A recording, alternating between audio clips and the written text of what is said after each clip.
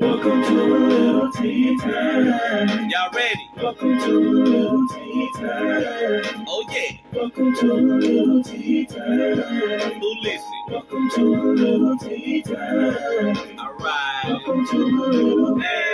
Welcome to a Lil. Welcome to a Lil. Welcome to a Lil. Welcome to a Lil Tea Time. Welcome to a Lil Tea Time.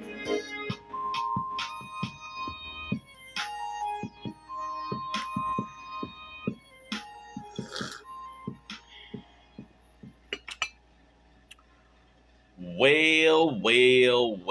Good evening.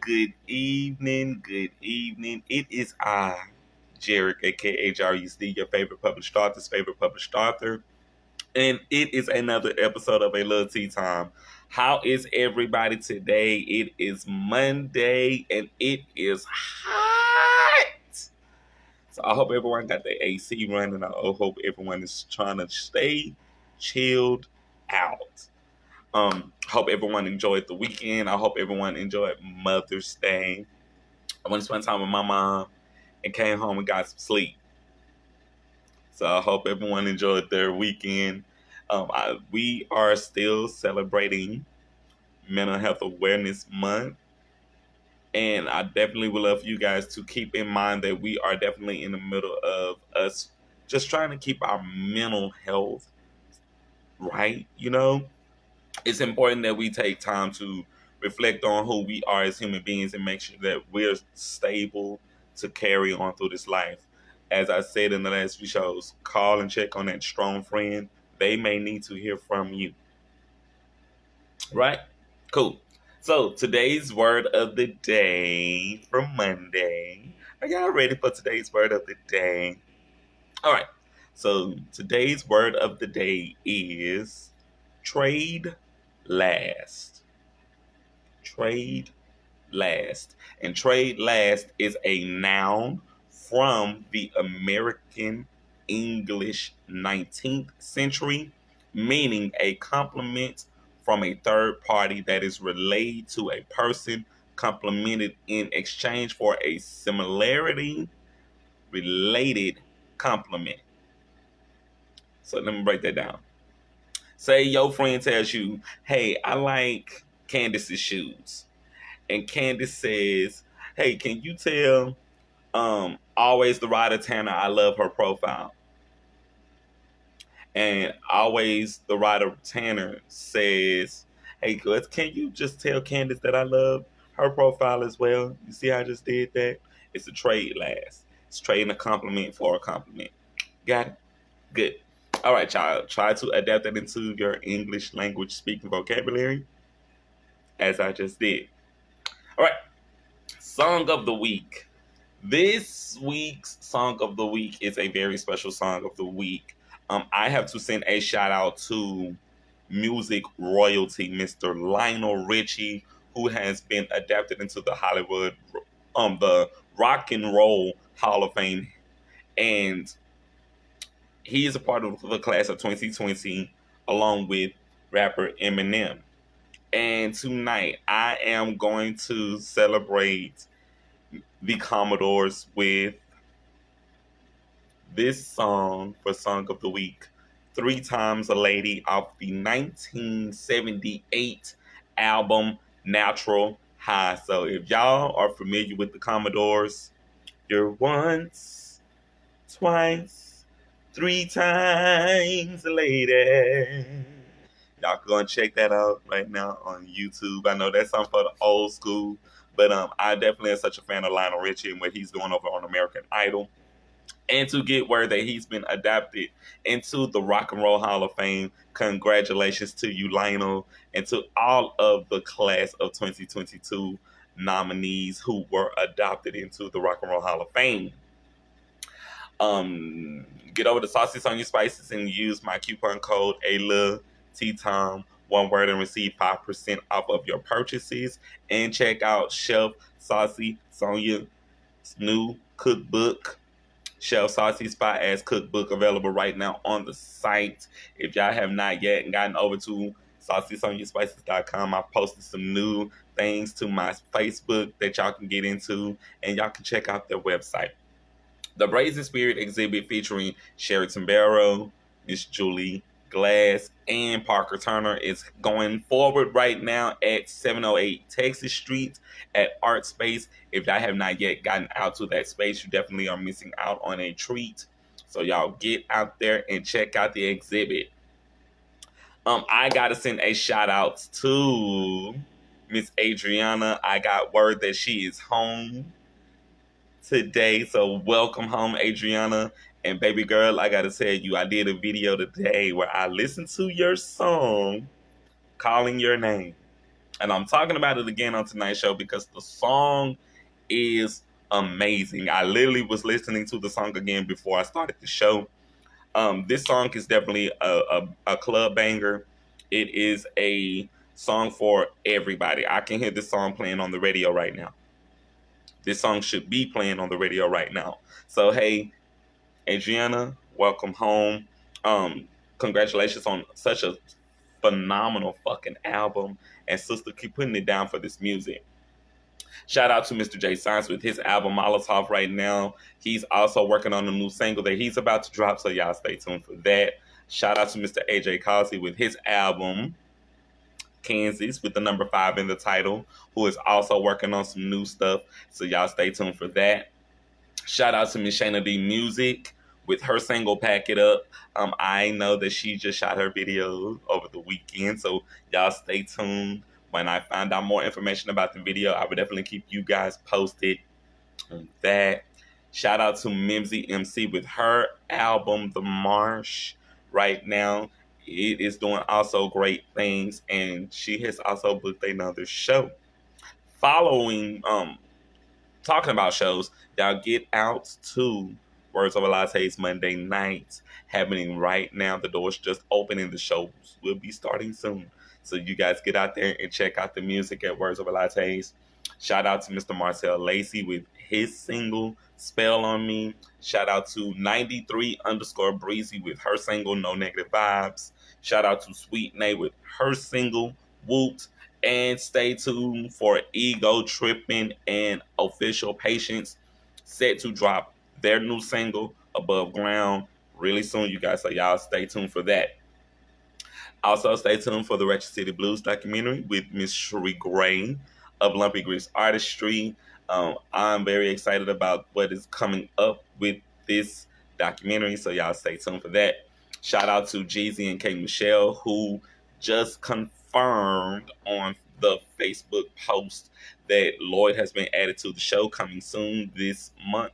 So if you have not gotten your tickets yet for the Shreveport Municipal Auditorium, May the 27th, you don't want to miss the show. Get your tickets. Call for submissions to the LGBTQ Writers Handbasket Zine issue number 12 is looking for your most memorable hookup. Send your 400 to 700 word essays to handbasketscene@gmail.com by May the 14th to be included in this month's issue. Events shout outs to KT, who's going to be celebrating her Dirty 30 tomorrow at Bears. She has a disco themed party that I'm very excited about. I'm definitely going to try my best to be in the place. So, hey KT, happy birthday in advance, and I cannot wait to turn it up with you. Art Break is kicking off this weekend, Friday, Saturday, and Sunday in downtown Shreveport. So y'all stay tuned for Art Break this weekend. Shout out to Country Wayne, who is making his appearance this weekend on Friday at the Strand Theater at 7:30. If you have not gotten your tickets yet, you definitely want to get your tickets. Also happening Friday, May the 13th, the Erzule Mermaid Masquerade show is going to be going down at the Phoenix nightclub from 6 p.m. to 9 p.m. at 400 Commerce Street. If you have not yet gotten your tickets, you definitely want to get your tickets over at Eventbrite. And also happening May the 19th, they're going to have country singer and Dancing with the Stars contestant Mr. Jimmy Allen performing out at the space. So y'all get out there to 400 Commerce Street at Phoenix Nightclub, May the 19th for the show, and tune in.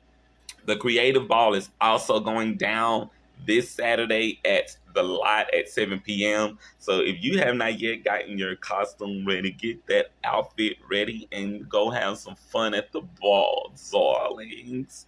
And we will see y'all there. All right. Got some more events coming up that I can't just spill right now, but I'm definitely going to keep y'all posted on things as they become available. Stay tuned to the show this week. Tomorrow, I will have comedian Mr. Glenn Stewart doing tomorrow's show, so y'all stay tuned for that. Happy birthday to my Facebook followers. There were no birthdays actually posted today, but yesterday for Mother's Day, happy birthday to Shakayla. Happy birthday to Kevin, to Antoinette, and to Autumn. Happy birthday to you guys. Now that I have spilled my tea, I am gonna send a few more shout outs really quick about the event this past weekend. Shout outs to Crown to Soul LLC. I'm working to get you guys booked on a Lil Tea Time. Shout out to Misfit Teens. Also working to get y'all set up with an interview for a Lil Tea Time. Gifted Creations. Gifted Creations. Shout out to you guys. Definitely would love to have you guys here on a Lil Tea Time. To Miss Tony Burns with Wrist It All. Shout out to you. Shout out to Pure Extensions with Miss Akasha Richardson. Shout out to Show Me the Way Boutique with Miss Nakasha Hall. And shout out to Art Fiend by Damon Bowie. Shout out to you guys. I had a great time meeting you guys over the weekend. And I'm just getting to know you guys more personally. Would love to get you guys booked here on the Lil Tea Time. So if y'all are watching tonight's show, I've already inboxed you guys. I've left you messages. And definitely would love to have you guys here on a Lil Tea Time. So y'all gear up for that, for those interviews if you are out there watching tonight's show. And if you are watching tonight's show, please comment on the post and share tonight's shows. With that being said, I am ready to bring in my guest tonight. She is such a phenomenal woman. I think she's out there, but I'm not seeing her show up. Miss Candice, if you're out there, it is showtime. I see that we got you in. Let's see. Add. Okay. Add. Okay. Seems like it's. All right. I see you are here. All right.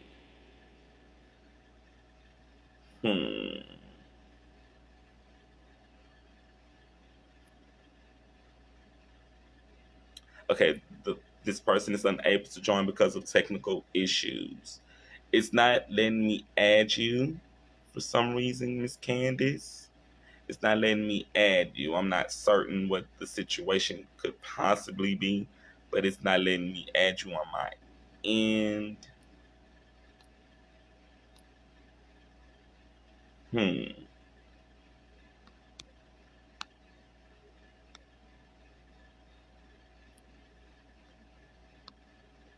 I just sent you an invite also on my end. So we're going to work diligent to get you in tonight. I know that you are a very busy woman, and I'm very grateful to have you here tonight for tonight's show.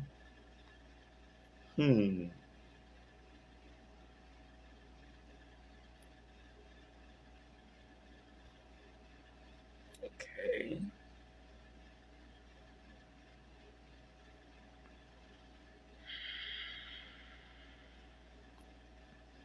Okay, Candice, it's not letting me add you on my end. I'm actually accepting your request, and it's saying couldn't add guests. The person was unable to join because of technical issues. So it is not letting me add you. But I'm gonna continue to try in. I just do the request. So I'm thinking it's gonna let you come in. Yes. Hey. Good evening. Hi. Okay, I'm happy we got that worked out. I was so worried. Right. I was too, just a little bit, but never fear. Never fear. Good evening. Good evening. Thank you so much for having me. Yes. Can you hear me clearly? I got the air running because it's a little warm. I got you. I can hear you just fine. All right. So it is such a pleasure to meet you again. We met at Dorian Ford's event a few months back. I want to say back in February. And you did such a phenomenal job just breaking things down to us as far as the legal aspects of things with what it is that you do. And I also remember we met at the March block party Demetrius Norman was having for the The 318 Makers Fair. yes, the Makers Fair. Mm-hmm. Yes, Yeah. we were there. It was good to Mm-hmm. see you again, indeed. Yeah. I am very excited about you being here tonight. I know that you wanted to share some things with us before we got into your interview, so let's get into that really quick. Okay, yeah. So a little bit about me, Candice Battiste. I am a proud graduate of an HBCU law school, the Southern University Law Center. I am 318, born and bred. It was amazing to be able to come back home after law school and just pour into the community that poured into me and allowed me to be able to chase my dreams, specifically getting into politics and policy work. And from there, I've just been able to branch off and not only have my own consulting business, but continue the good work of good policy for good people with the NAACP Legal Defense Fund, where I am currently the national campaign strategist for political participation. Um, Yeah, yeah, so I love Louisiana. I love my people. I'm always going to be the one that goes up for women and girls, for any sort of underserved group, any group that is hugely marginalized and does not have a voice at the table. I really pride myself on making sure that I'm not speaking for them, but that I am opening doors to allow them to be at the table and use their voice to speak for themselves. I love that. I absolutely love that. I know that you wanted to discuss the campaign strategies in the political climate that we were gonna that you were telling me about in the post. So let's kind of get into that, Eso. For sure. Right now, I'm sure you all have been watching the news and you see that our civil rights are under attack. They've been under attack for a while, but it is now front and center where they are, I can't even say little by little anymore. I mean, these are big sweeping changes that are on the horizon. And one thing that I've always told people that has to be a part of our strategy, we can no longer wait for the big elections to come to decide to be involved and to be engaged, because by that time it's too late. If you Yes, decide that you're going to wait for a presidential election to show up and vote, well, you've already have judges that have been elected that are now sitting on courts that are taking away your rights, and you are seeing that on the morning, afternoon, and evening news, that these rights are under attack, and they don't just stop at one right being taken away. They are coming for everything, every progress, every step that we have made in the past 10, 20 years. We have to make sure that we are remaining vigilant. One of my favorite quotes is, the price of freedom is vigilance. You can't just get the freedom and then decide to sit back on your laurels and do nothing else, because the yes, people that know that you have that freedom, they don't want you to have it. Freedom equals power. And when you yes. have people in positions of power that don't want you to share in that power, they're going to do everything they can to take it away. So there are no more off years. You know, I get so frustrated when I hear strategists and other, politicos talk about, oh, this is an off year. There's no such thing as an off year anymore. Just because it isn't a presidential election doesn't mean it isn't important. So what I am imploring people to do, I need you to care about who's sitting on your school board. Why? Because you saw what happened during COVID when there were school districts that were saying you can send your kids to school, but they shouldn't have to wear a mask. We're in the middle of a pandemic. And you had school boards that were saying that these masks were part of just all sorts of silly things. And anything from your school board to the mayoral elections, Shreveport, we have a mayoral election this year, if you didn't know. You will be voting for mayor. You will be voting for city council. Make sure you know who these candidates are. Do they have any type of experience? Are they someone who has a platform at all? Ask your candidates the real questions. What is your platform? What are you doing for the people in the community who do not have access to this type of information day to day? Yes. You don't have to be a politico to be involved. It is your right as an American citizen to be able to vote and to be educated on the issues. And I just want us to do a better job, especially our generation. They talk about millennials all the time not being involved. Nothing could be further from the truth. When I go to a city council meeting, I'm seeing people like Brika Peoples get up and stand up. I'm seeing people like Councilwoman Tabitha Taylor, Councilwoman Fuller. We have people that are looking like us that are now sitting on the dais that are listening to the issues. You have all sorts of activists. You have people, Black Voters Matter, Omari Hossein. I can't help but to just throw these names out because these are the people who are showing up day to day. They're in our age group. And you don't have to necessarily be someone who goes to city council meetings to talk, but at least know what's going on. Yes. And so, you know, that's my big piece is campaign strategy starts with being engaged and starts with being informed. What I do on my end is I try to figure out what's the lay of the land. Do we have a candidate that's running that's going to serve the interests of our people? I am unapologetic when I say that Black people are my priority. Black women are my priority. Black children are my priority.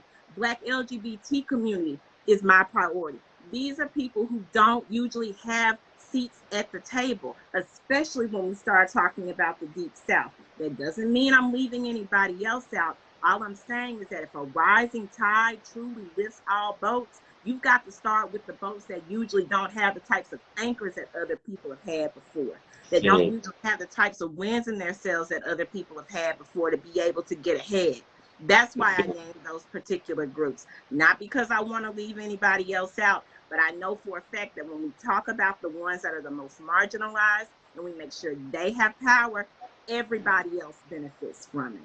So that's what my strategy looks like. How can I help the people who need it the most? And I align myself with candidates who also believe that we need to be starting at who's the most marginalized.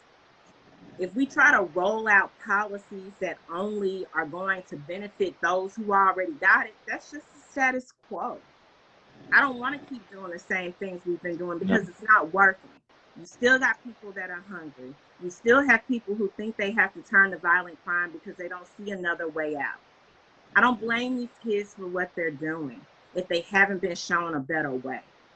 And you can't just say, oh, well, they can look on TV. No, what are they seeing in their day-to-day lives? What are they having to do to make ends meet? Because their parent may not be present or because their parent is working 2 and 3 jobs to make ends meet. And so they don't get to see what a life looks like without having to constantly do the bare minimum, doing everything they can to get by and still not being able to make ends meet. Fast money looks good when you don't have money coming in. And so I want people to understand that there's an economic justice angle that we have to look at. There is a political angle, of course, we have to look at. There's an education piece we have to look at. Yes. Jobs aren't going to come here if they think we have an uneducated block of people that they can't hire from. You need a pool of educated folks. They're looking at the stats of high school graduation, people who go to college, people who have a craft, people who have a trade. And if you don't have a population of people that fit the bill, you're not going to be able to attract the types of sectors and jobs that can bring the type of economy we want here. We can't just look at one administration and say that they're not doing enough. We got to look at what are we doing? What have I done as a citizen to make my city better? Because I can tell you, every 4 years, it's going to be a new election for a new mayor, for a new city council. And every 4 years, we blame whoever is in that seat. And the only constant are the people that are here. What are we doing? Now, that doesn't mean that you shouldn't hold your elected officials responsible. You absolutely should. Absolutely. You got to look at self first. Strategy also means looking at ways that you can get involved just from where you are. I don't expect people to have to go to a city council meeting that is in the middle of a workday, right? That's problematic. Right.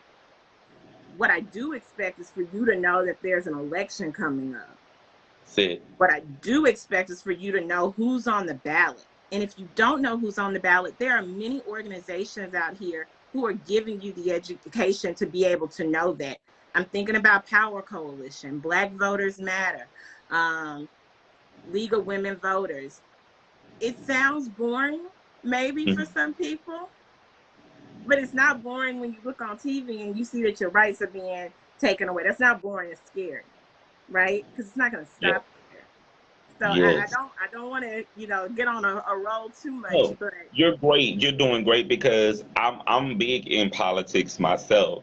And I see what's going on right now with these abortion laws that are being overturned, or they're trying to overturn abortion laws for women.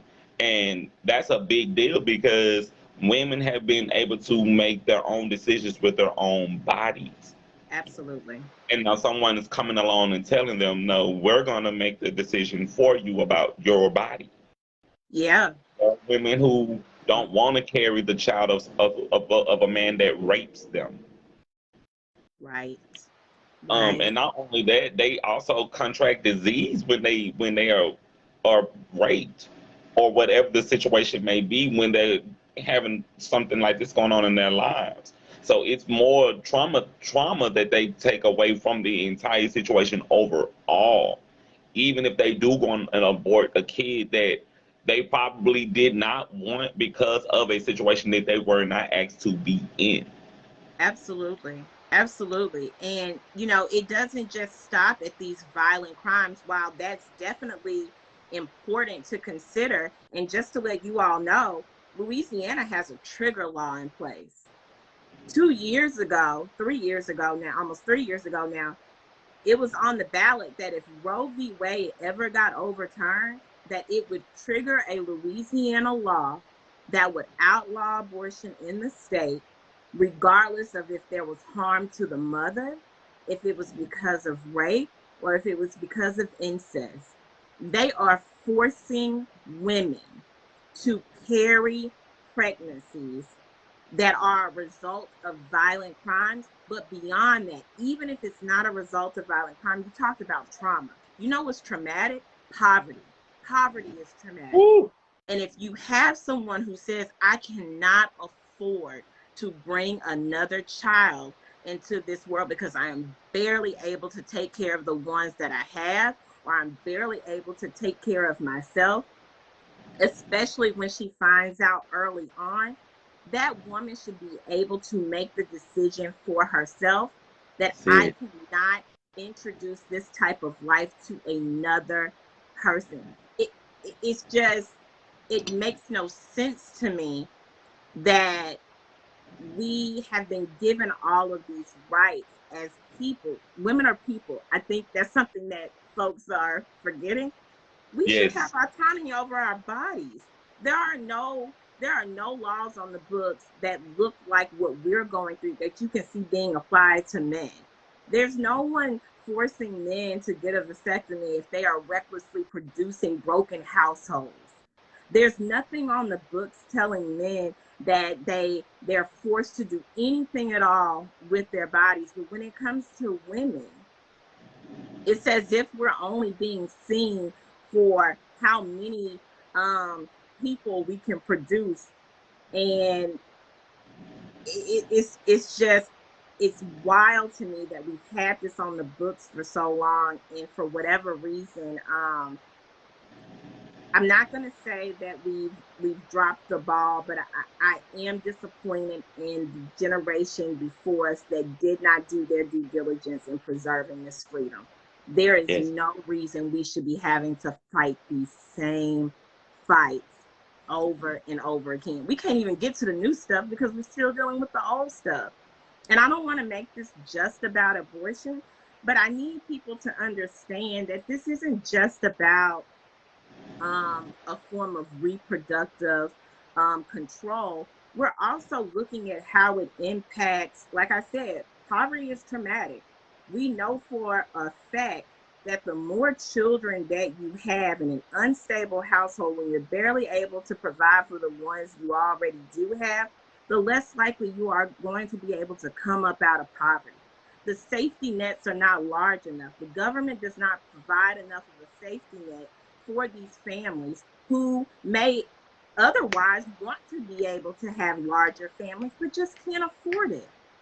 You can't make people decide to have children, and then when the child gets here, you do nothing to help protect them.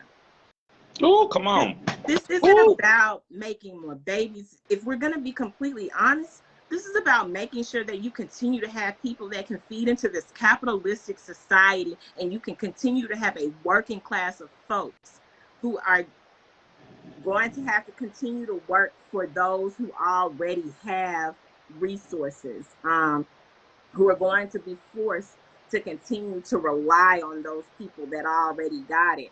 This is about power. It's always been about power.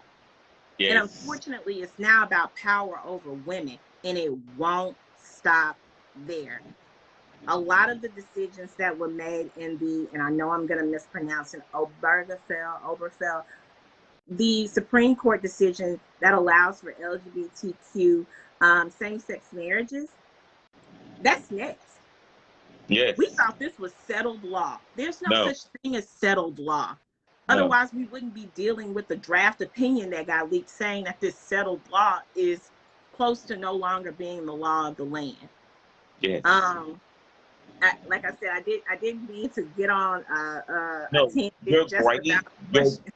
No, you're great, because I believe in, we should have these conversations as Black people. We don't have these conversations because we're not educated to it. I'm also a graduate from Southern University here in Shreveport Hey, with my Jay. degree in psychology. I'm a JAG. So I understand your position fully, and being an LGBTQ person of color, I understand your position fully for everything that you're saying, because all of this stuff, not only does it just affect me, this affects my family. This affects Absolutely. my brothers and my sisters and people in the community around me. And we have to be mindful that we're in spaces where if we don't know what's going on, we can't talk about what's going on. We can't fix what's going on. Yes, we've got to have the language to be able to talk to. We're gonna say speak truth to power. I keep hearing these buzz phrases and these buzzwords, and that's cool. We should be speaking truth to power, but you got to know what you're talking about. You got to have the words. You got to have the language to be able to speak truth to power, because they know. They've been studying this for years to know how to take that power away from you. And I don't want people to think that I'm just out here talking about abortion because it's about a form of birth control. We're also at risk of those families who are trying their hardest to be able to conceive, to be able to have children. If you're arguing that birth or that life starts at fertilization, what does that say about those who are trying to use IVF treatments to try to have children? What are they supposed to use? That science is a direct result of Roe v. Wade. We're able to have IVF treatments because of Roe v. Wade, because we no longer said life starts at fertilization. We know that's not true. And so you can make an embryo in a lab and be able to put it into a woman who is trying to have a child. You can't do that if you're saying that these, what do you do with those embryos that are left over? Are you going to force, and for those that don't understand how IVF works, oftentimes you're having multiple rounds of fertility treatments done, and you're having multiple embryos, and you're hoping that one of them, latches or catches. What do you do if you have 5 that latch?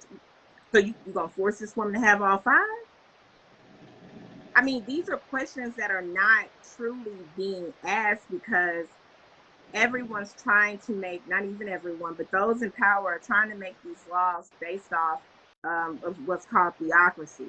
That's based off theology and religion. You can't do that. There's a reason there's a separation of church and state. But Yeah, I'm gonna let us go to another subject. because I love what this conversation is right now. We gonna get into your interview, but I love what this conversation is right now because we don't see enough church leaders stepping up to the plate when it comes down to things of the community. And I'm being very careful with what I'm saying because I know that there can be backlash from what I'm saying when there are church leaders who should be out there on the front lines, who should be out there talking with the people who are over, that are in that type of power. There are church leaders who have access to millions and millions of people who are not telling their congregations about what's going on in politics. And I'm gonna say it right here: shame to every pastor, every rabbi, every preacher who sits in their pulpit, who know what's going on in the community, but they're not sharing it with their congregation. It shouldn't always be about getting money from your congregation. It shouldn't always be about getting money. It should be about being of service to your community. And we've seen that fall so far away from community. The church used to be the cornerstone of the community. And we've come so far from that. But I digress.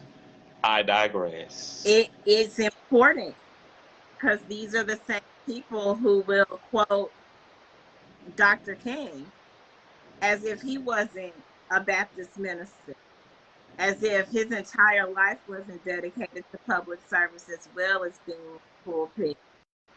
What bothers me is when the pulpit is being used to weaponize their opinions against people that are different than them. And it's sad, and I think that's why you've seen such a mass exodus of millennials from the church, because we now have access to this information to educate ourselves on what should be us and what service truly can look like. And we're able to look out in the world and see that there are people doing more in terms of services going on in the church. Woo. With that being said, we're gonna get into the next question because you already answered the first question when you told the viewers about yourself. When you are not working, what do you do for fun? I love to travel. And I don't know if there's an echo on your end. There's a bit of one on my end. But give me just a second. Oh well, we're gonna roll with it. I love to travel. I'm someone who considers himself to be also a citizen of the world, because I know that I can't just stay in my city, in my backyard, and try to have an opinion on global issues. And I get that, not everybody is able to travel, but even if it's something as simple as educating yourself on what are other people dealing with in other parts of the world, what are my brothers and sisters in the diaspora, people that look like me, what are they dealing with? Are they dealing with anti-Blackness? Is anti-Blackness something global, or is that something that's just happening here in America? What are some of the things that they have, taken on? And it's not just about traveling for the sake of being able to educate my work, but because I feel like true revolution is about Black joy. And so I do things that bring me joy. The most revolutionary thing a Black person can do is be happy. The Eh. most revolutionary thing a Black person can do in America is to experience joy. Find ways to experience joy, however that is. Mine is travel.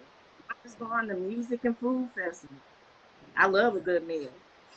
I love Amen. music. um, and so those are some of the things that I do. I truly do love service. That's something that I enjoy doing, even though it's a part of my work. I like doing service that's outside of politics too. You know, I love being able to mentor young girls who think that they want to go into politics or go into government. Love being able to mentor law students who are like, I want to take an alternative route. I don't know if I want to be in a courtroom every day. And if they do want to be in a courtroom, helping them figure out what are ways that we can help you get there quickly. Because Yeah. we need more folks that look like us when we walk into a courtroom. Yes. I also need more people that look like us when we're walking into the Capitol, when we're going down to Baton Rouge, when we're walking into City Hall. So I just truly make joy and self-care a part of what revolution looks like for me. Hmm. And I hope other people decide that they're going to take up that same, it's a challenge that I'm going to go ahead and put out there. Make joy a part of your daily life. That's how you fight back too.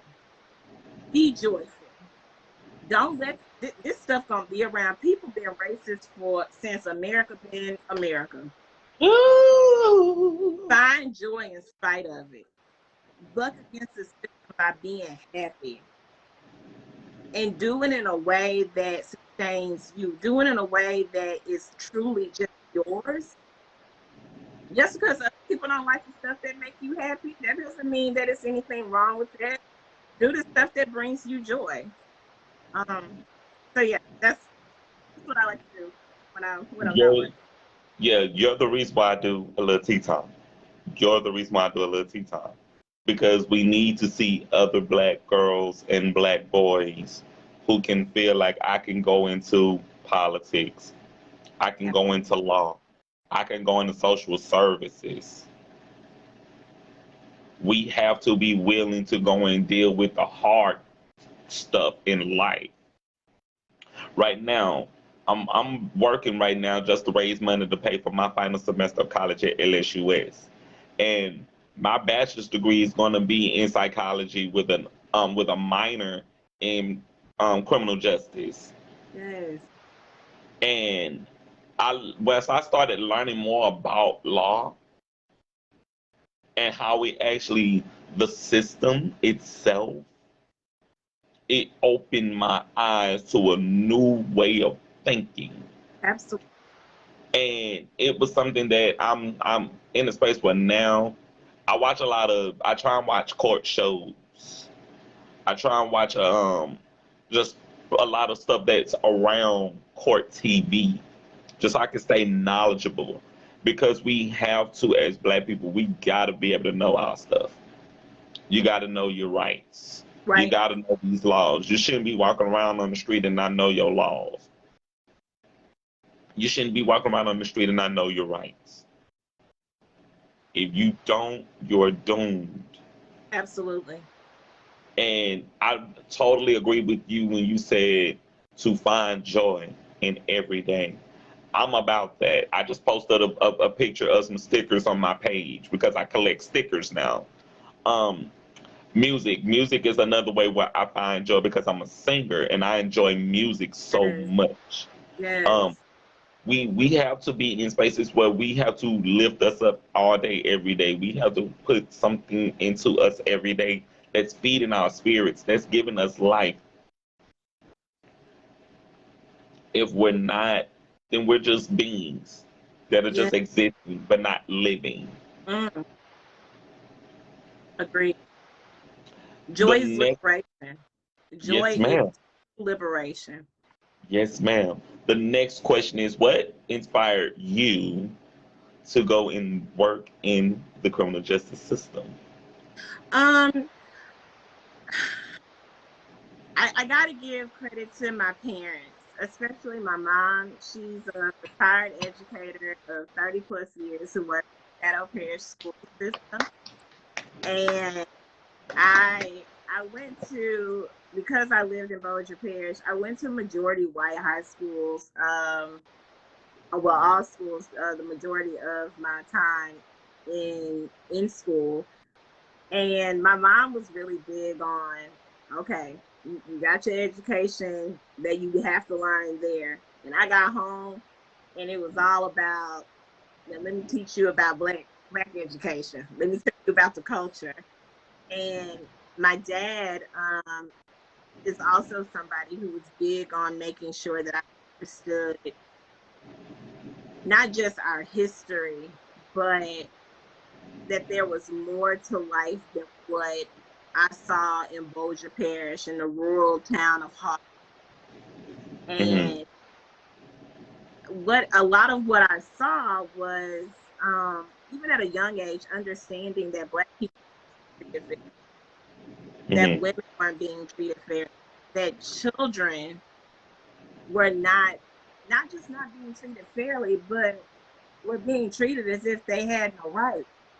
We treat children terribly in this country. Do. I'm not going to get into the discipline aspect, but children are the only American citizens that you can hit and there are no repercussions. Because if I try to hit you, you can sue me and win. Call the police for assault. You hit me, same. You hit a kid, just discipline. Um, I knew I wanted to not just get into the criminal justice, but also politics, because I knew that law was the only way to be able to force change. There were people around me who, because again, Bossier Parish being what it is, would not hire people or allow people to go to certain schools if law was not present to force them to do that. And I hear people say you can't legislate morality. I agree with that. You can't make people not racist because of the law, but you can make the playing field a little bit more fair. That's And I it. knew that that was the way that I wanted to make a difference for my people, was through legislation, good policy. And I had a good command of the law, and it interested me. Um, and I knew that that's just the way I've just always known. And I guess I really knew that it was for me when I ran my first campaign. I was in the 8th grade, and I ran for like middle school class president and won. And I was like, okay, how can I make this more than a resume builder for college? You know, Yes.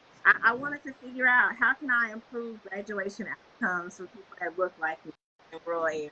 You know, that was my focus. I was the nerdy kid who was like, I want to work in politics. I want to live in DC. And I, I didn't stop until I got there. And I have to give credit to my parents for how important education was, understanding how important it was to be able to read well, and pushing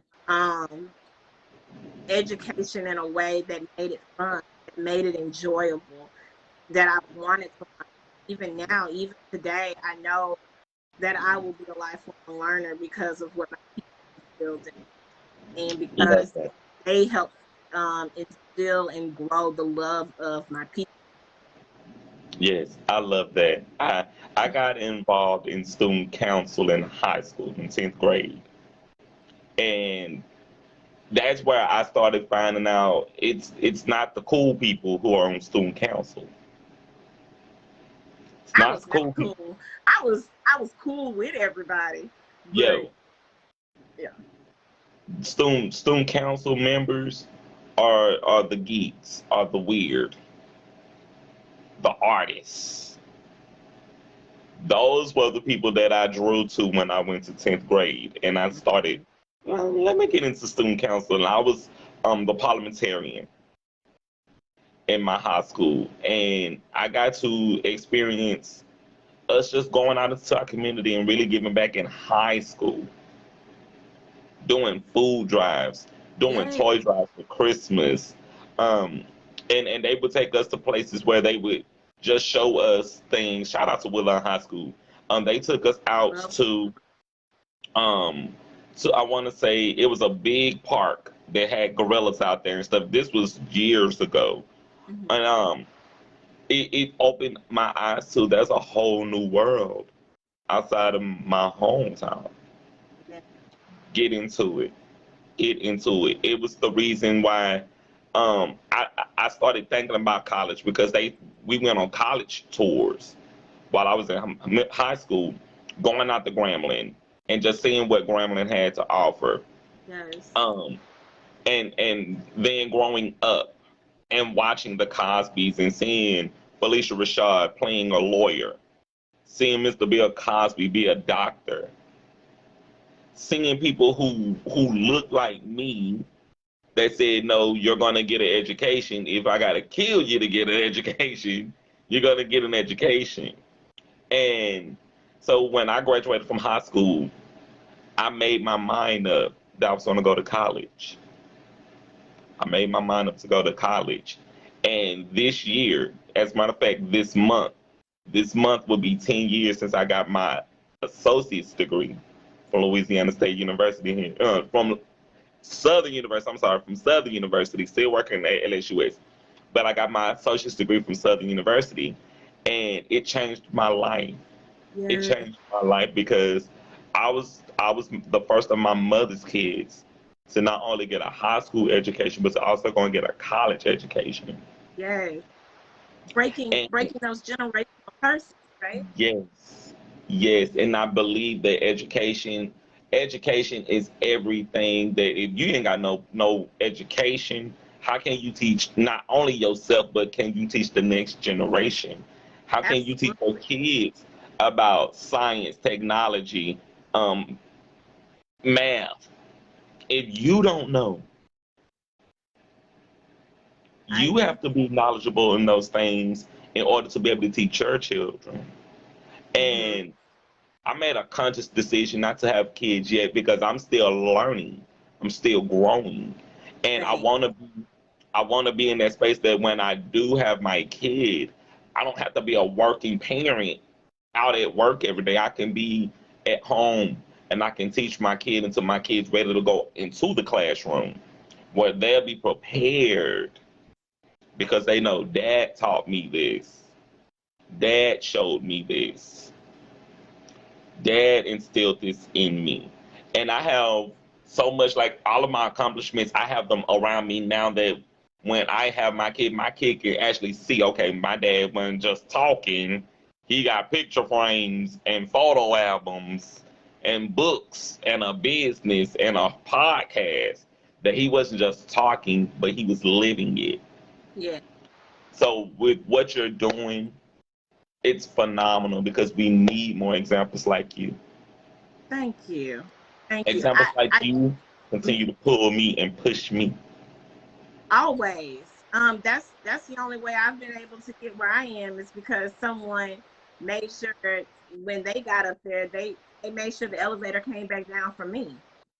I've got to continue what's been instilled into me, and I do want to remark on, being the first. Huh, that path is so difficult because there has been no path set for you. You're clearing the way by yourself. There is no path for you to follow when you are the first. And so I do want to encourage others that are out there listening. If you are the first in your family to be doing anything, the first on the business, the first to go to college, it's going to look a lot different than those of us who have even had one person go ahead of us. My mom was the first out of 12 children. My mom, the baby of the Woo! family, was the first in her family to go to college. But I've got to give credit to my aunts and my uncles who came before her, because even though they weren't able to go to college, they made sure that the education that they did have was used to push her. and letting her know, look, you have a last chance to make this happen. And I have an aunt right now that I think is my aunt Betty. She is so phenomenally smart, and all I think of, like, if times were different, she would have been. She's still so smart. And I don't want people to think education automatically equates with intelligence, right? No.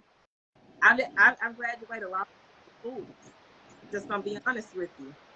And I've talked to people who only got an 8th or 9th grade education, who have spoken life into me, who are so intelligent, because they never allowed school to stop them from becoming more educated, even if it meant that they had to go to a library and read on their own because they either couldn't afford college, because 1950s, 1960s, it just wasn't what they could do.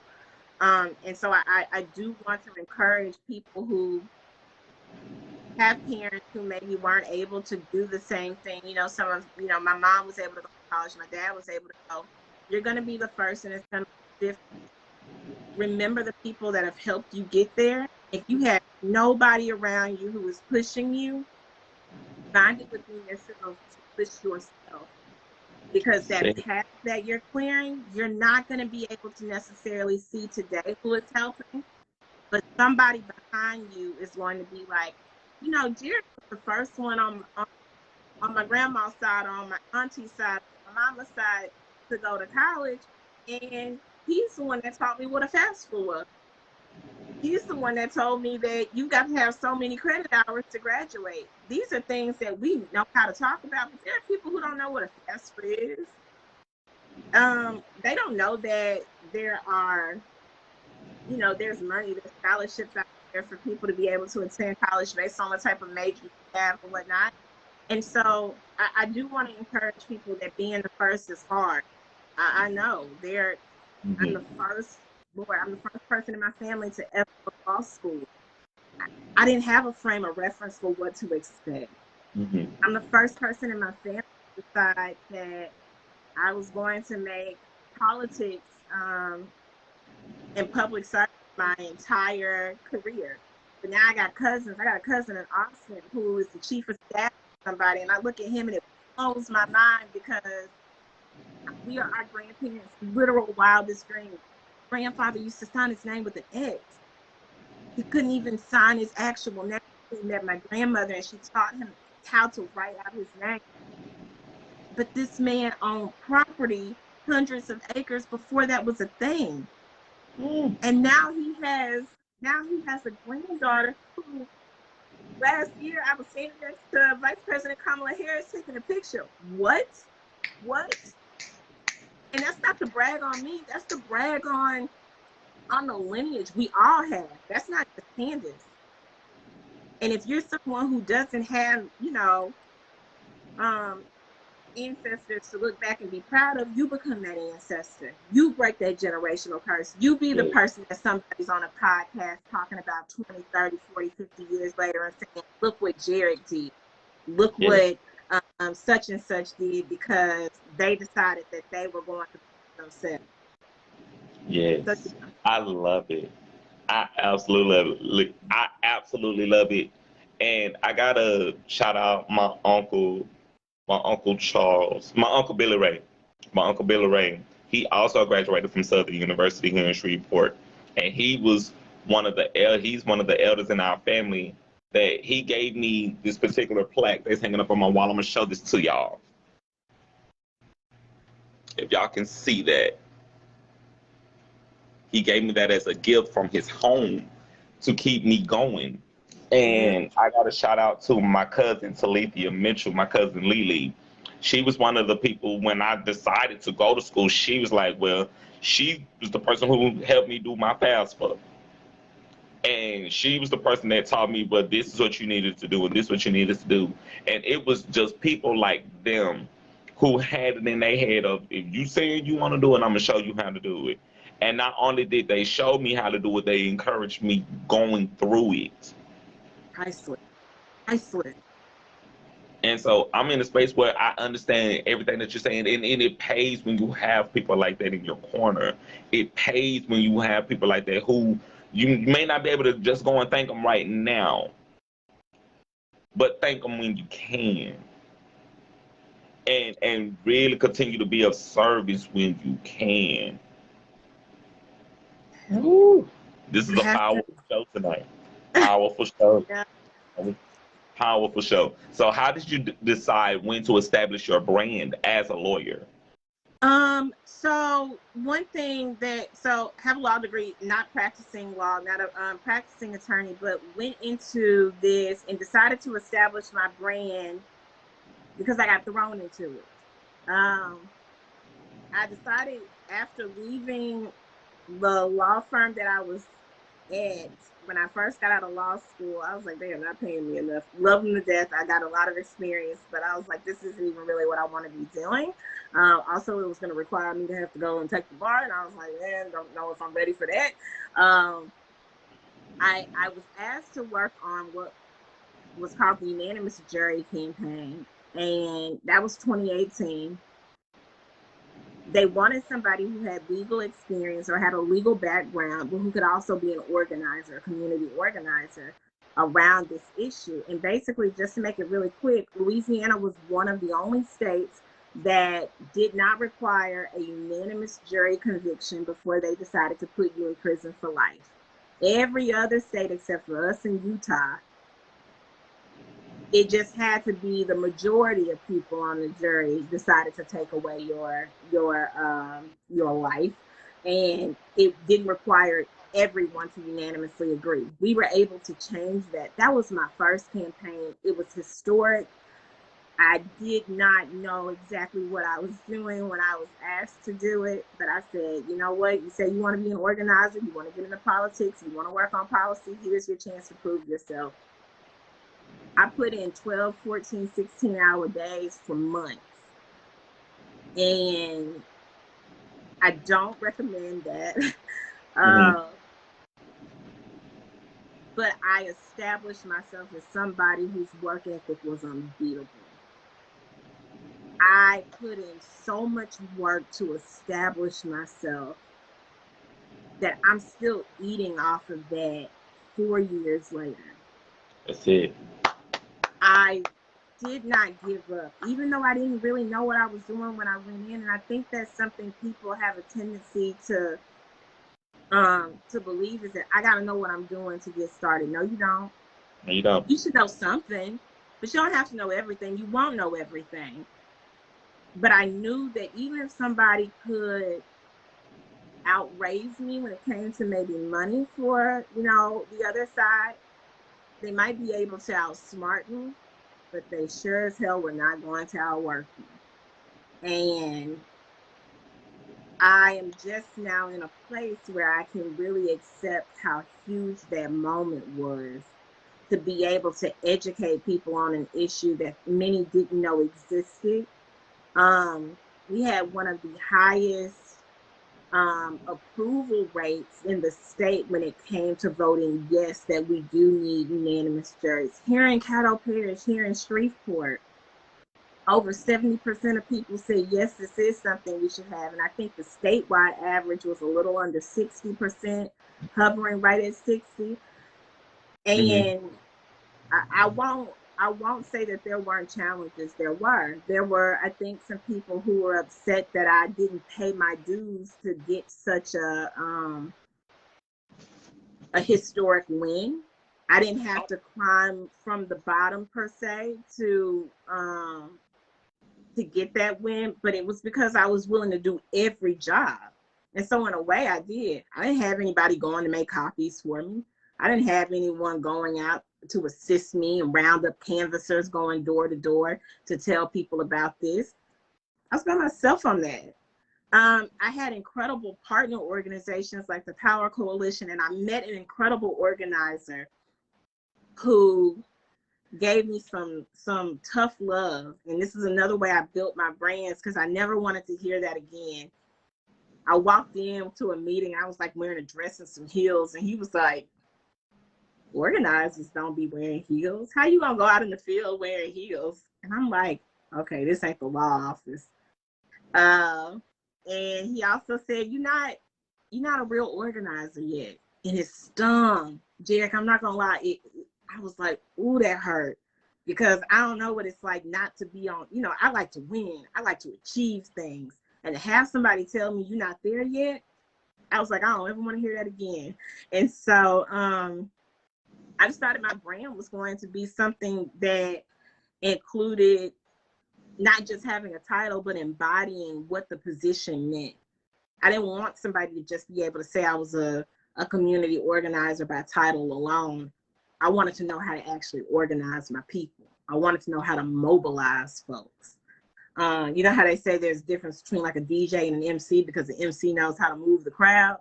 I wanted to be an MC and organizer, and I wanted to be able to move my people. And that's what a good organizer does. And so I thank him. And we laugh about it now. He's a great friend of mine, doing incredible work, but he lit that fire. And so I decided my brand was going to be built around doing the work, showing up, and not stopping until the job was done. Love it. Yeah. I absolutely love it. The next question is, how have your priorities changed since you started all of what you've been doing? I do not do 12, 14, 16 hours of work every day anymore. I'm not young like that, like I was 5, 6 years ago, for one.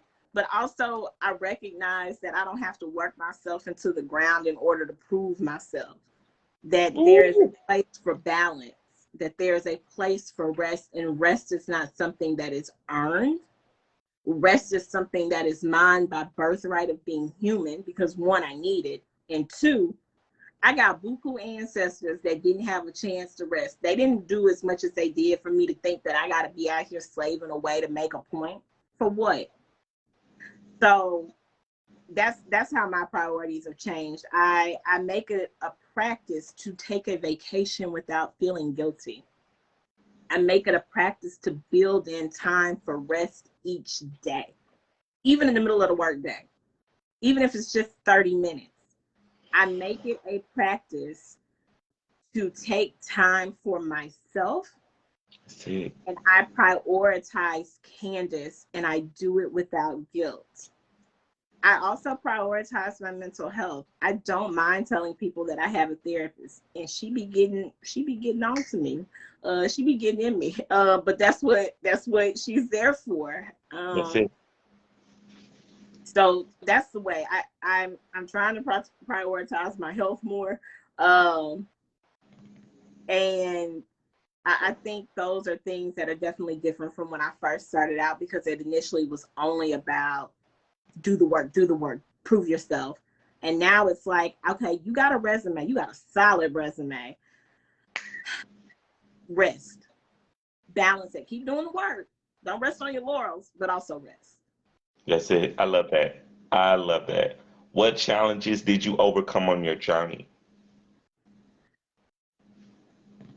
Self-sabotage and imposter syndrome. And I'm not going to even say that I've overcome it. I'm overcoming it. It's still a work in progress. Yeah. Self-sabotage, I think, is also a part of the imposter syndrome, because if you don't think that you're deserving of the accolades, and if you don't think that you're deserving of the success, you'll do things to make sure you don't get that success. You'll do things to sabotage yourself, because the only thing.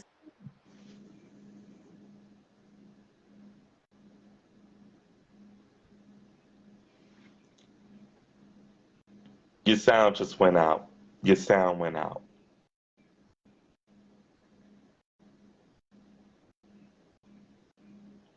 Your sound went out.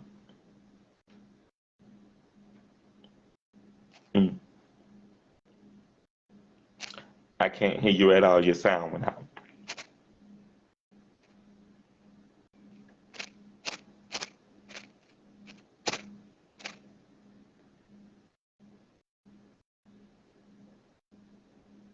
Okay. The sound just went out with my guest. in the middle of the conversation, but we've been having a very phenomenal, phenomenal conversation. Um, I'm gonna carry on until she gets back.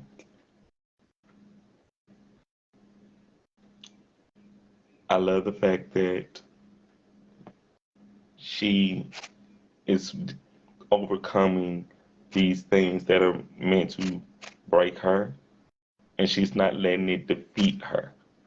She's not letting it defeat her.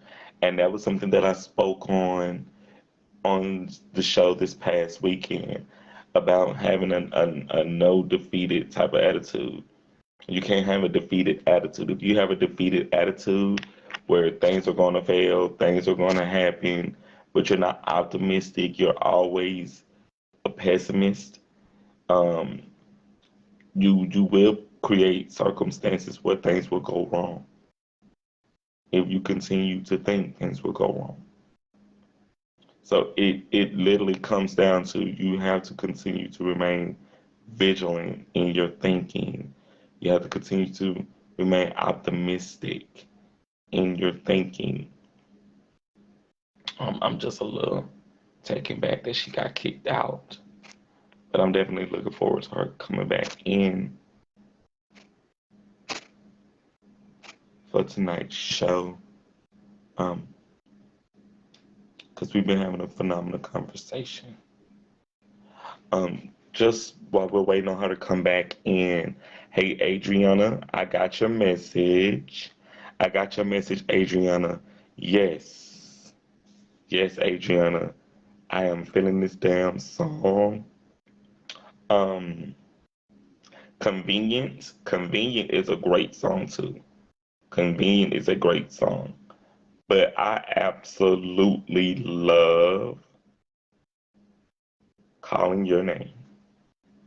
Calling Your Name, that song is a smash. I tagged you in the post when I listened to the song earlier today, and it's up on my Facebook if you have not seen it yet. But Adriana, baby, this song is supposed to be playing in the clubs, in radio stations, in cars. This song is supposed to be played at birthday parties. This song is supposed to be playing right now. As we speak, this song should be playing. And Adriana, you did such a phenomenal job with that song. That song is it's a smash hit. That's a number one. And I want to continue to pump that music, continue to push it, continue to do what it is that you're doing because your music is definitely creating an impact. It's creating an impact. Um, with that being said, I don't know if my guest is coming back. I'm gonna send her another message.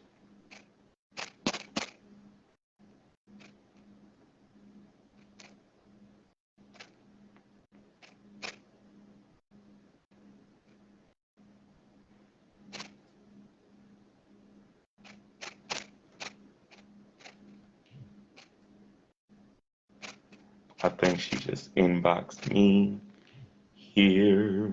Internet went out, coming back now. I am still on. I'm still here. Hey Candice, I'm still here.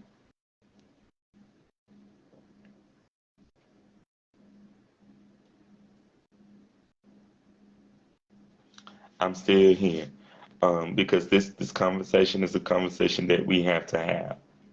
It's bigger than us. And I am enjoying this conversation tonight because it's something that we have to continue to talk about. Welcome back. Hi, apologies about that. Xfinity, I swear. But yeah. So I'm back. It's the power of technology. We have no power over technology. Right, right. But we must carry on. I'm going to get into the next question. Okay. What strategies did you use first to market your business? It was definitely word of mouth first, but that word of mouth came because of how outspoken I was on the issues on Facebook. Very informal. I had no type of social media strategy. I didn't know what the formula was for going viral. I just knew that sometimes I would say something and it would completely take off. I could not tell you why it took off versus why other things may have gotten 2 or 3 likes. But I decided very early on in this career that I wasn't going to be anything less than authentic. And I think that there's something to be said about people who are willing to be genuine and authentic, and people not just gravitate towards that, but they know you can't fake authenticity. You can't fake genuinely loving and caring for people. And you can't lead people unless you actually love them.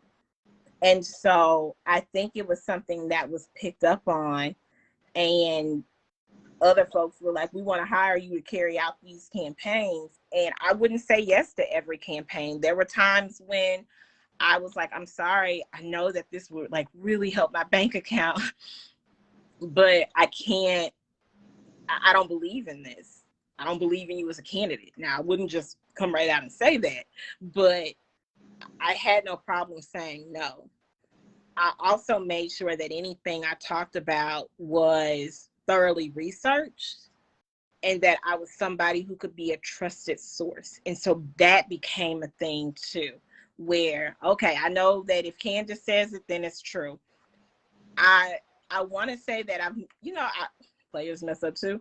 I've definitely gotten things wrong. I've gotten details wrong, and I come back and I apologize for getting it wrong. But for the most part, I say 98% of the time, I'm not posting unless I'm sure. I'm not posting or saying anything unless I either was there to be able to tell you, hey, it's a win, we got it, because I was there, or I know that my sources were, things that could be trusted. So the way I marketed myself was by being a trustworthy person, having an incredible work ethic, and making sure that I treated people well, and that I showed up. I show up for the people who show up for me, and sometimes I showed up for people who didn't show up for me, but they always knew I was somebody who was going to show up. Yes, yes. I definitely agree with that. We have to be able to show up. Mm-hmm. We don't necessarily know what door's gonna open by us just being in the room. Ooh, that's big. And I'm a firm believer that, and I think someone else said it too. Someone else said it was either an interview that I saw on TV or one of my guests.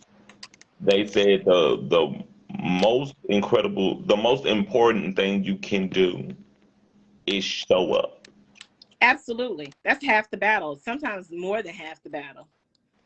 If you show up, not only is it going to shock people, but it's also going to show them that, okay, I'm not just talking.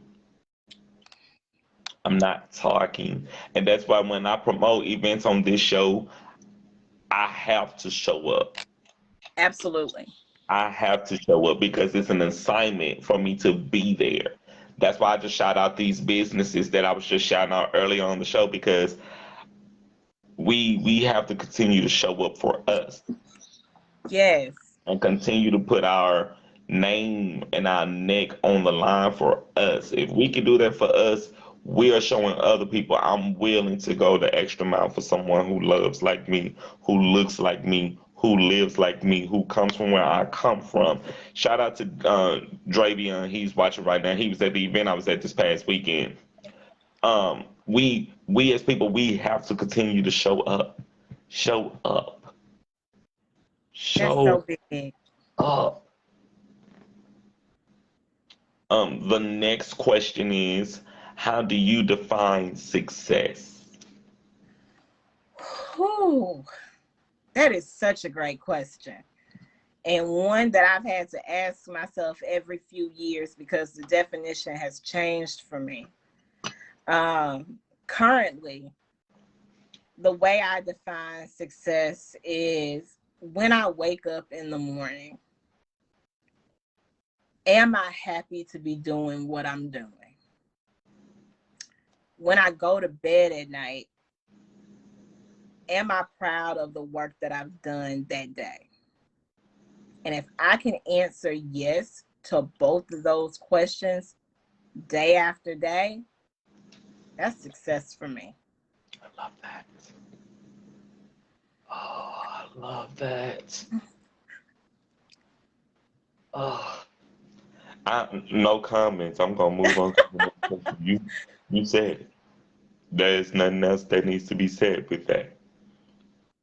The next question: what's the best advice you can give someone thinking about starting a business or pursuing their dreams?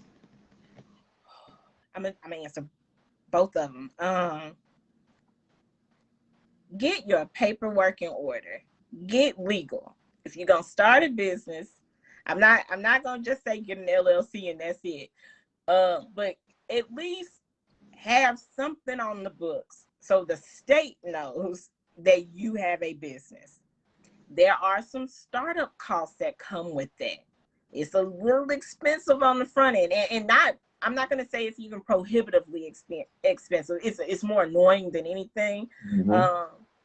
But the reason I tell you that is because there are people who are constantly looking for folks to do whatever service you have or product you have to offer. There is somebody looking for it. And many times there are contracts waiting for people who offer the service that you have or the product that you have. The first thing they're going to ask, are you registered? Are you registered in the state of Louisiana as a business? And when it comes to tax time, let me tell you something about being a small business owner. Very small, like just me. The way that the IRS takes care of businesses way different than the way they take care of us as individuals. Okay, especially if you work from home in any capacity, there are things that you can write off on your taxes because your home office is your place of business. If you get where I'm going, Oh, we're talking about utilities. We're talking about rent. We're talking about the car you drive to go from client to client or from an office or Office Depot to pick up your product or whatever. Get legal if you're going to start a business. And I'll be the first one to tell you, I started off as a 1099 contractor because I was shocked that people wanted to hire me to do things because I was like, I don't know what it's like to own a business. Nobody in my immediate family has ever owned their own business. I don't know what to do. Remember what I told you about being the first?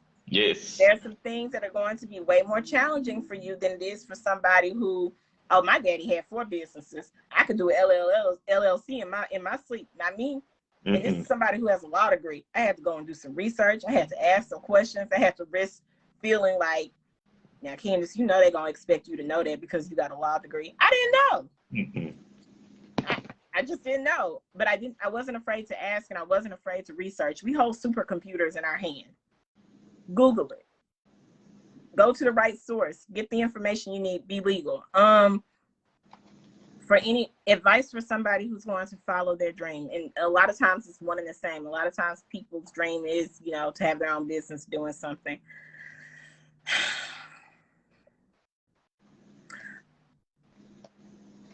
Know that there are going to be some days that the only person who believes that you can do it is you. You're going to be the only one. And it's going to be some days when even you don't believe you can do it.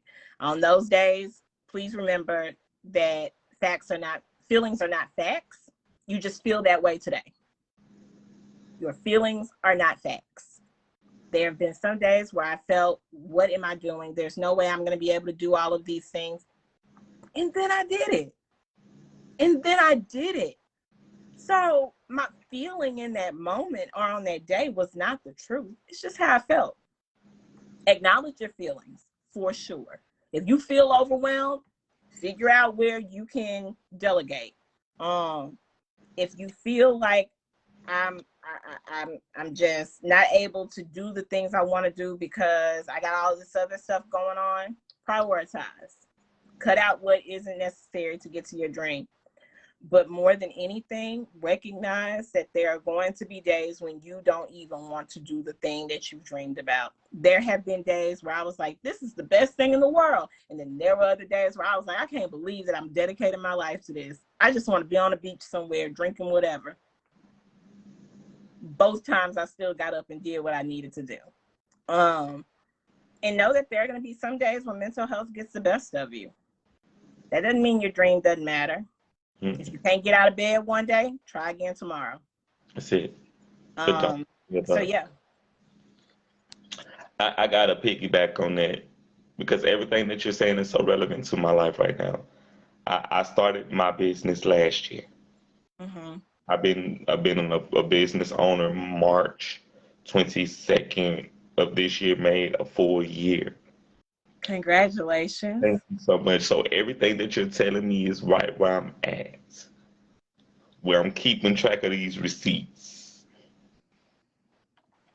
keeping track, Yes. having to get up and go and network when I don't want to. Yes. Having to go and just be in the room, like I said, I always just show up, and making yourself available because what you're doing is not for you, it's for someone else. You have to show up for someone else. When you show up for other people, you do not know the doors that open for you. I'm a firm believer of when God sends you somewhere, it's not for you just to be there. He's specifically assigning you to be in this place at this time for this moment. And if we don't show up for our assignments, you're going to get the failing grade. Ooh. Everybody want to say they understand the assignment, but you got to show up. I agree. Baby, it's bigger than just saying, oh, I'm Jarius Dion, LLC. It's so bigger. much bigger than that. It's bigger than that. It's making sure you can go and make that payment for next year so you can keep it going. It's making sure that your paperwork is up to date every year so you can keep going. Do what you say you're going to do. That's part of showing up. I would not have ever gotten another contract if I didn't handle the first one the way I was supposed to. I would not have ever had people speaking my name in rooms that I didn't know existed if I did not have the work ethic that says, Candice, if you know you can't do it when you said you were going to do it, communicate. That's so important. And it's something that I see first-time business owners sometimes not do because they're worried about how am I going to be thought about if I don't carry out what I'm supposed to do every single time. We're human. I don't always meet every deadline, and I value being somebody who has an incredible work ethic, but life happens. Communicate. Most times people will understand, and if they don't, you just got to tell them. Yeah, you got to keep it moving. And you need to also recognize that all money ain't good money.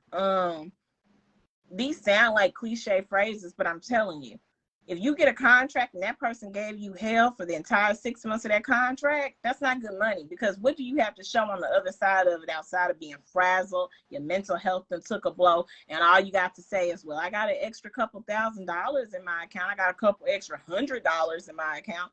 It's not worth it. Discernment is real. And if you're somebody who is not, maybe everybody don't pray, and I recognize that. At minimum, meditate on what it is that you are about to enter into, any agreement. And if it doesn't feel right inside, listen to that. Listen to your gut. Don't have people saying that your gut is wrong. No. They just want you to make $1. I get it. Coins matter. We live in a capitalistic society. We all got to make money. But everything comes at a cost. And if the cost outweighs the actual benefit, don't do it. You can always make more money. And money shouldn't be your focus. Money is my focus, Jarek. I ain't gonna even lie to you. And I totally agree with you. But the reason why I said it, it shouldn't be the thing that carries you. I agree. I agree. If 'Cause, your yeah. if your focus is I gotta get this money, gotta get this money, gotta get this money, what do you do once you have it? Ooh, and that's I'm so happy you said that. Having money shows you who you truly are. When you finally get it, oh, it's easy for me to show up and be there for everybody when I'm still scrimping and saving and trying to make sure everybody knows my name. But once I got it, once people know my name, and it's sometimes it's not just about the money. Once people know your name, who do you become? Once you've gotten into these circles that you didn't even know existed, who are you then? Who are you when you ain't got to look at your account before swiping? Are you the same person that you were when you were begging people to come to your event or to put you on or to mention your name in front of other people? Are you still that same person, or were you just using those people to get up the ladder? Again, authenticity, being genuine. That's it. Be the same person you were when you were at the bottom of the ladder. That's it. You are when you at the top. That's it. Character. Your character is going to dictate how far you move. Your Oh my attitude is God. going. Your attitude is going to determine your altitude. That was something that Steve Harvey said. I agree with things like this because as people, we have to recognize. Like that was the event that I just went to this past weekend, Miss Akasha Richardson. I knew this girl since high school. The person that we were at this event with was the same person I went to high school with. And that was over 10 years ago. That was probably Yeah. 15 years ago. And I was like, she ain't changed one bit. She's still the same authentic person, still same spirit, still same personality. Her mindset just changed. Yes, I love that you said that because people are quick to be like, "Oh, you changed, you different." I'm supposed to be, but at my core, I'm still the same person. But if my mindset hasn't shifted from the time you knew me when I was 14 and 15 years old, I'm immature now. If I'm in my 30s, I'm in my late 20s, and I'm still the same person, exactly the same person you knew at 14, I haven't grown. That's just called immaturity. I shouldn't be acting the same way I was when I was 14. I shouldn't be making decisions in the same way I did when I was in middle school or high school, even college. I was an idiot when I was 25. I can tell people that, an idiot. Like I made dumb decisions, and it is only by the grace of God and my mom and dad's prayers that I am where I am today. Amen. But I should not be the same. Success should change you for the better. I should be somebody who now says, of course I'll come on your podcast because I want to encourage people. Not I want to come on your podcast because other people need to know who I am. No. No. I saw another genuine spirit. I saw an authentic person. And I'm like, how can I help my brother? Because that's who I am. Yes. And I just love a good conversation. I love a good kiki. Yeah. And that's why this show is so much bigger than me. This show is so much bigger than me because, like I've said in other interviews, this show just started out as a way of me to just promote my brand. And over time, I began to meet other artists, other business owners, other black people like me, other gay people like me, other people who were really making a difference in their community. And I said, okay, let me lift these people up. Mm, Let me lift them up. As I lift them up, they lift me up. We lift us up. absolutely. Use your shines not for you, not for you, but Yeah. for people who don't have that platform to do it themselves, who want to do it but haven't even made up their minds to do it. Mm. Show them it can be done. Yeah. Me, I consider myself a beacon of light for people who don't have that light for themselves. So I want to see people who if you talking about it, I'm gonna be like, okay, you talking, let's see what you gonna do. Cause That part. I don't talk. If I talk, I'm manifesting when I talk. I love that. I'm creating something bigger when I talk. I speak things into existence in a way where I have to be careful even when I think certain stuff. That's real. It can manifest. That is so real.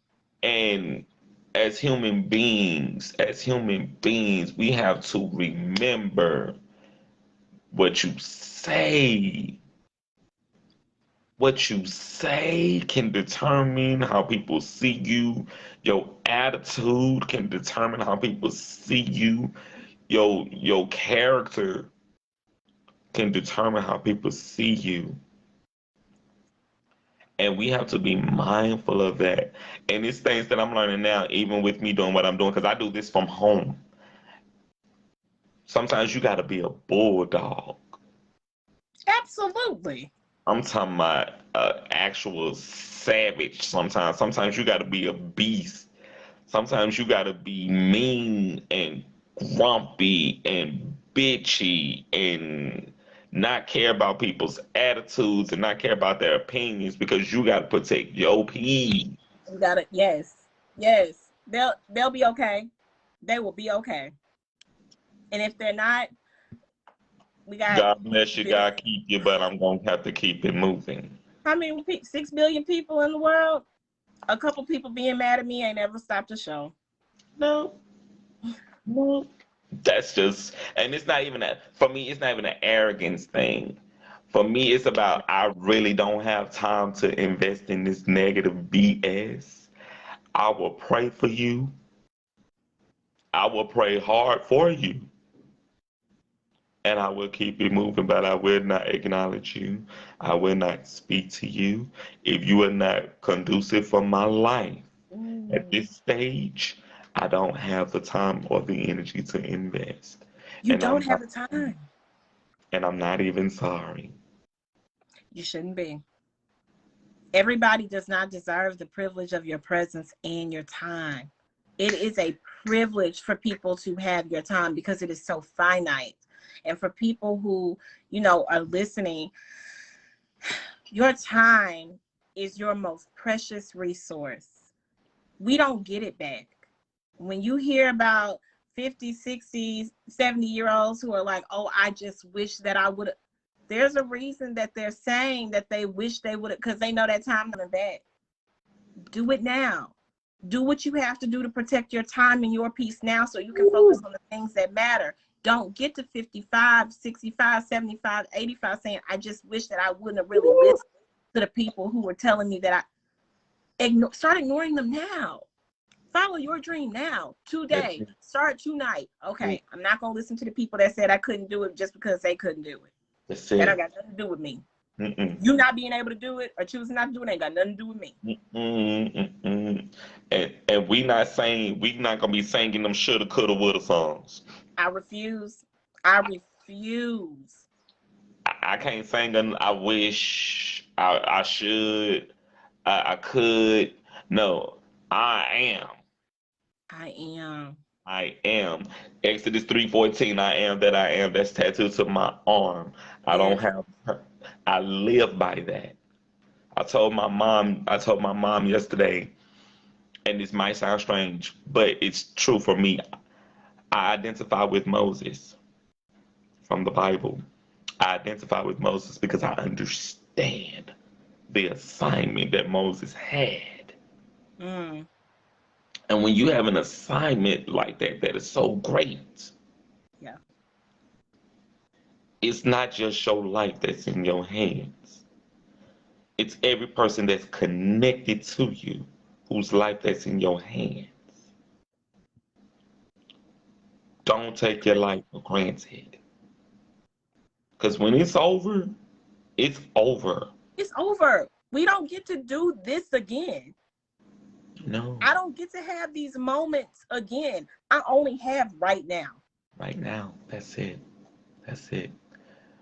We're gonna move on to candy or corn because we've had such a fantastic conversation. Let's lighten the mood a little bit and have some fun. Okay. So I'm gonna ask you about some candies. You can either say candy if you'll eat the candy or corn if you will not eat the candy. Gotcha. All right. First candy is gobstopper. Candy. All right. 100 grand. Corn. I don't eat chocolate. Well, I kind of got a feeling how the rest of these answers for the go from here. Okay, the next candy is candy corn. I'm about to guess. Oh, I'm so hypocritical because I be playing candy corn eaters, but low key they kind of good. So candy. Okay, the next one is Rolo. Like the old school, like wafer looking things. Is that what a Rolo is? No, it's a newer generation candy. Oh, what's a Rolo?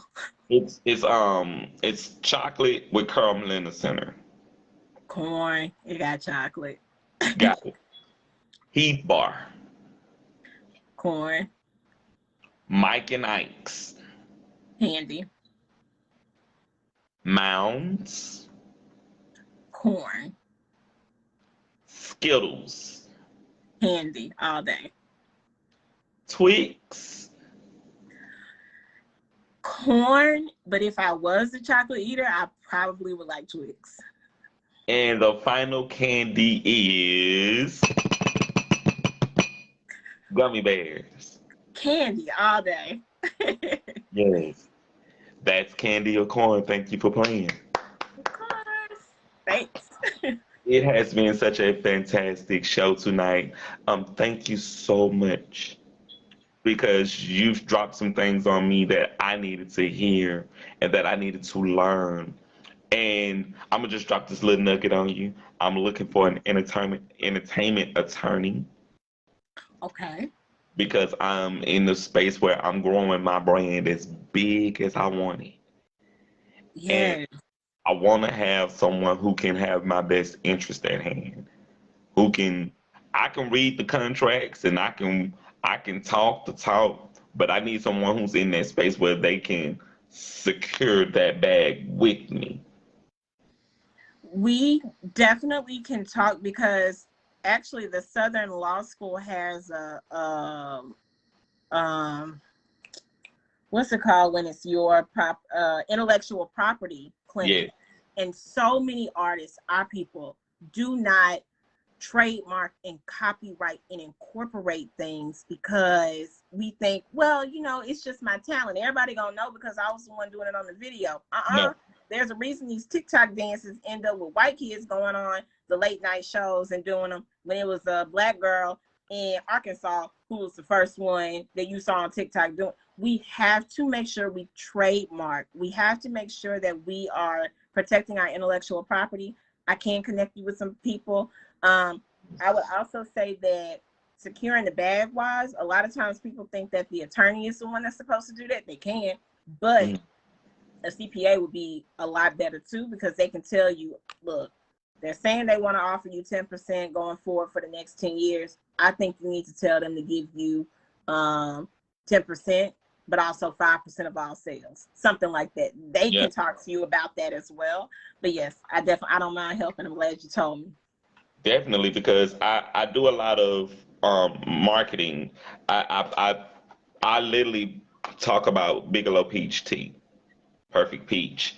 I promote their brand because it's a tea that I drink for my show. I've been drinking this tea on my show for over a year. Wow, yeah. Also because I'm a 5-time self-published author. And with what I'm doing with the Lil Tea Time, a Lil Tea Time is not just on Facebook and Instagram. This show is also on YouTube and it's also on Spotify. So the brand is growing in a way where I need to be able to keep up with the growth. Because there are also other things that I want to do. I want to start doing sticker lines because I like stickers. Right. I have my own shirt line with the Jarvis Dion brand that I want to continue to push that. I want to continue to push a Lil Tea Time as a brand itself. And even my theme music for the show, I want to create that theme music into a ringtone. Like I want to continue to grow this brand as big as I possibly can take it. Absolutely. And I need to be in a space where I have representation that can just we can read these contracts, we can do the paperwork, but I gotta make sure that I'm getting compensated for what I'm doing, that my work is being covered, that I don't have to look back and say I should have did this when I should have did that when I had. I'm learning a lot of this stuff as I go forward. That's everybody. Don't let nobody tell you that they came in knowing all this stuff. No, they didn't. No, they didn't. Yes. Yeah. So yeah, I can definitely hook you up with the right people. I will definitely contact you tomorrow because it's late. But I have definitely enjoyed you tonight. I've enjoyed the conversation. You have literally placed gems and nuggets and diamonds in my pockets that I can carry with me for the rest of my life tonight. Thank you so much. Jared, thank you. Thank you. This was so fun, and I just appreciate you giving me an opportunity to speak on your amazing platform. I hear nothing but amazing things about you, so I appreciate you as well. Yes, ma'am. Tell people if you have some events coming up, let them know about your events. Also, let them know how they can follow you. Yeah. So right here on Facebook, Candice Battiste, Battiste. I also work for the NAACP Legal Defense Fund, not to be confused with the NAACP. We are the Legal Defense Fund. And so you can follow us on our Facebook page. A lot of the things that I have will be with partner organizations like Black Voters Matter and Power Coalition. So you'll see some cross branding going on those pages. Please follow our partners, especially those of you who are here in Louisiana. They are going to be able to tell you about the more local things. I'm at the national level now, and so anything that I'm doing locally will be through them. Yes, and definitely keep me posted. I would try my best to support. I know Black Voters Matter. They hit me up in my text messages, and I gotta do better about being more aware. But I'm working on it as I go. So shout out to everybody at Black Voters Matter. Yes. Again, thank you so much for tonight. This was You're an welcome. amazing conversation. Amazing. Yes. Thank you. All right. Do the work. You do the same. Yes, sir. Bye-bye. All right, you guys. Great show for tonight. Very great show for tonight. I gotta again thank my guest, Miss Candice Battiste, for an amazing show. It was a very amazing show. I definitely I don't have the words.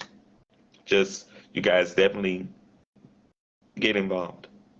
Continue to show up, not just for yourself, but for the people of your community. Continue to show up. With that being said, you guys get over to saucysonyourspices.com and use my coupon code Lil Tea Time, one word, and receive 5% off of your purchases. And check out Chef Saucy's fire ass cookbook available right now on shelf at saucysonyourspices.com. Saucysonyourspices.com, and check out the website, you guys, and have some fun. Also, you can check out my books, the Coming Full Circle series, as well as my books of poetry, The Confessions of a Conceited Drama King, Catching Up with Me, and Quarantine Quest, all available right now at Amazon.com. The books are also available at Agora Borealis at 421 Lake Street here in Shreveport, Louisiana. Thank you to all of my royal readers, to all of my tea timers who support what I do here with the Little Tea Time, with my book brand. Thank you guys so much. To all of the community leaders, to people who actually get out in the community, that work in your community, that do what you say you're gonna do for your community. Shouts out to you guys. I'm giving y'all a quick interject right now because we have a responsibility to our community and our family and our future. If we don't stand, who's going to stand for us? If you don't stand for something, you will fall for anything. Remember that. Also, you guys can get over to check out my TikTok at the Jarius Dion. Subscribe to my YouTube channel at Jarek, a King Among Men Thomas. And You can check out A Lil Tea Time via Spotify and check out the shows if you have not caught up with any of the other shows. Remember, as I say after every single show, the show's quotes, opportunities matter. Opportunities knocking, you matter. Let's build and go higher, Shreveport. And as I say after every single show, remember to be great on purpose and not by accident. The future is now.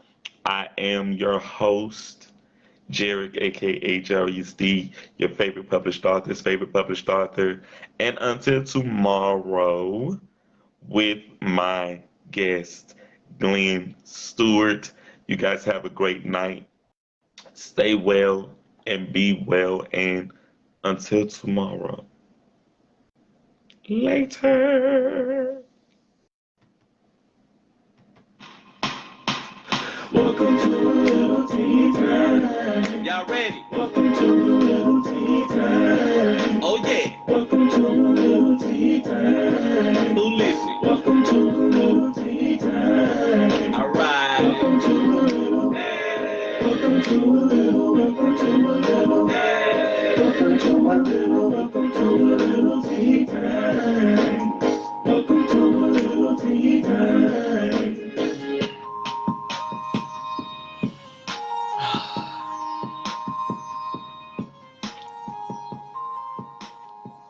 Hi, Mom. I love you. Good night. See you later.